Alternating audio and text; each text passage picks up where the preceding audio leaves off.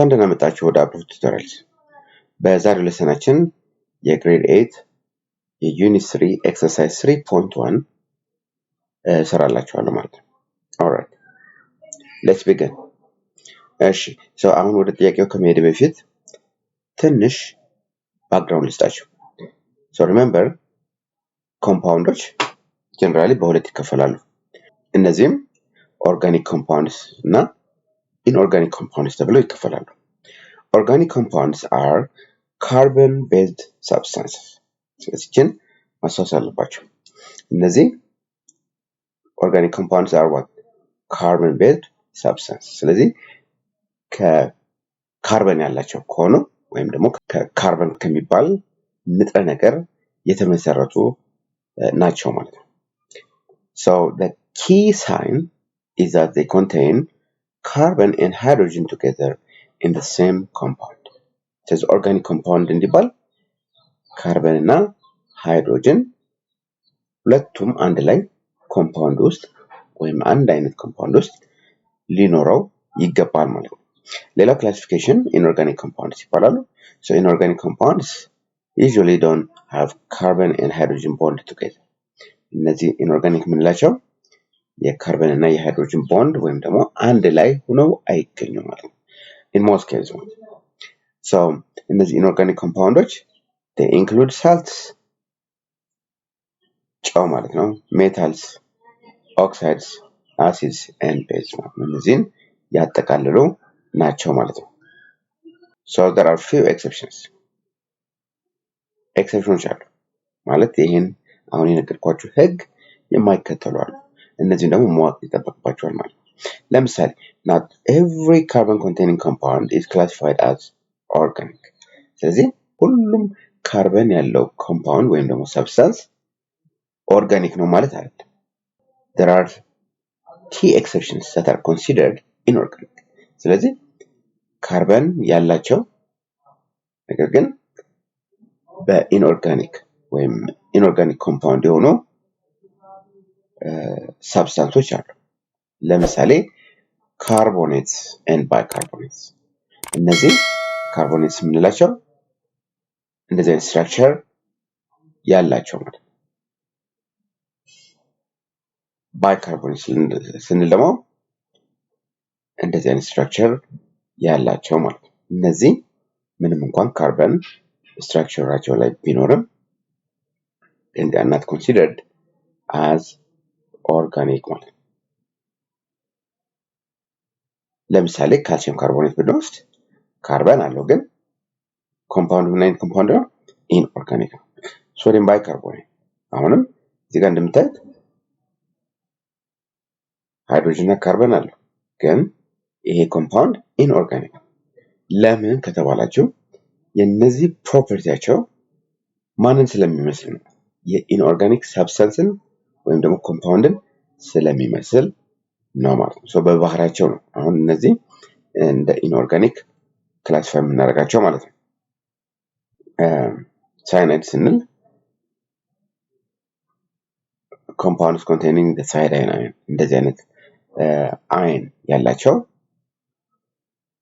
አሁንም inorganic compounds ናቸው ማለት ነው። So sodium cyanide is an example of inorganic compound ማለት ነው። Carbides እነዚህ ደግሞ these are compounds composed of carbon and a less electronegative element. ስለዚህ ምን ማለት ነው? ለምሳሌ ካልሲየም ካርባይድ ብንወስድ ይሄ ካርበን አለው ስትራክቸሩ ላይ ነገር ግን ፕሮፐርቲው ማንን ስለሚመስል ማለት ነው? ኢንኦርጋኒክን ስለሚመስል it is classified as inorganic compound ማለት ነው።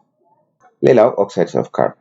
ለምሳሌ ካርበን ሞኖክሳይድ፣ ካርበን ዳይኦክሳይድ እነዚህም ካርበን ቢኖራቸውም ባህሪያቸው ግን inorganic compounds ስለሚመስል they are classified as inorganic.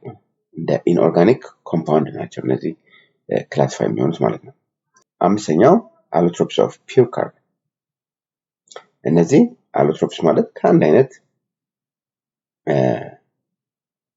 ኤሌመንት የተሰሩ ናቸው። ለምሳሌ ዳይመንድ፣ ግራፋይት የመሳሰሉትን ብንወስድ እነዚህ they are made up of carbon ከካርበን የተሰሩ ናቸው። እነዚህ ምንም እንኳን ካርበን ስትራክቸራቸው ላይ ቢኖርም they are classified under inorganic ማለት ነው።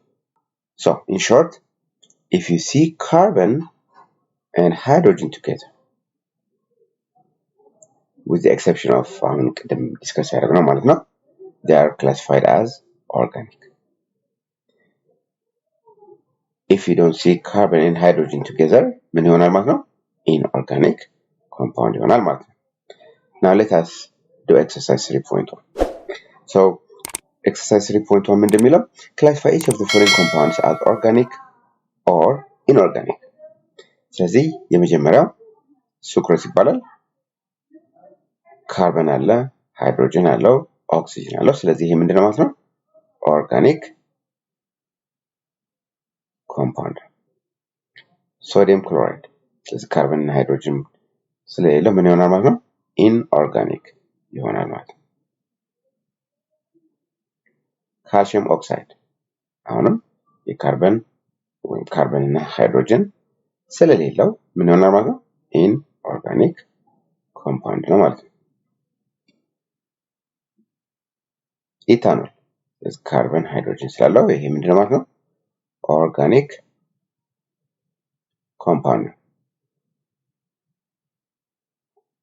ክሎሮሚቴን አሁንም ይሄ ካርበን እና ሃይድሮጅን ቦንድድ ስለሆኑ ወይም አንድ ላይ ስለሆኑ ይሄ ምንድነው ማለት ነው? ኦርጋኒክ ኮምፓውንድ ነው ማለት ነው። ሌላው ኢቲን ይባላል ይሄ። ስለዚህ አሁንም የካርበን እና የሃይድሮጅን ቦንድ ወይም ቦንድ ስለሆኑ ካርበን እና ሃይድሮጅን ቦንድ ስለሆኑ ይሄ ምንድነው ማለት ነው? ኦርጋኒክ ኮምፓውንድ ነው ማለት ነው። ስለዚህ በዚህ መልኩ ክላሲፋይ ማድረግ ትችላላችሁ ማለት ነው። So to sum up, ኦርጋኒክ የምንለው ሰብስታንሱ በካርበን የተመሰረተ ከሆነ ኦርጋኒክ እንለዋለን።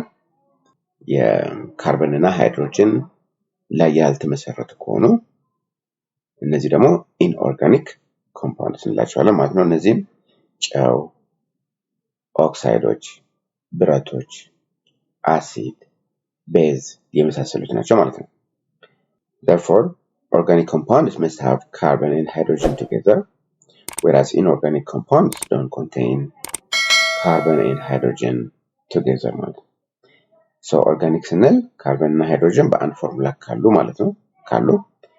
ካርበን እና ሃይድሮጅን በአንድ ፎርሙላ ካሉ ኦርጋኒክ እንለዋለን። ካርበን እና ሃይድሮጅን ፎርሙላው ላይ ከሌለ ደግሞ ምን ይሆናል ማለት ነው? ኢንኦርጋኒክ ኮምፓውንድ እንለዋለን ማለት ነው። ስለዚህችን ሩል በመጠቀም ማንኛውም የተሰጣችሁ ኮምፓውንድ ኦርጋኒክ ወይም ኢንኦርጋኒክ ብላችሁ መክፈል ወይም ክላሲፋይ ማድረግ ትችላላችሁ ማለት ነው። ከኤክሰፕሽኖቹ ውጭ ማለት ነው። ስለዚህ ኤክሰፕሽኖቹን ማስታወስ አለባችሁ ማለት ነው። አሁን አንደርስታንድ ማድረጋችሁን ለማወቅ አንድ የኮንሰፕት ጥያቄ ሰጥቻችኋለሁ። ስለዚህ ኦርጋኒክ ወይም ኢንኦርጋኒክ በማለት ኮሜንት ሴክሽን ላይ ያሳውቁኝ። በሚቀጥለው ቪዲዮ ላይ መልሱን ይዤላችሁ እመጣለሁ ማለት ነው። So that's all I have. See you in the next video.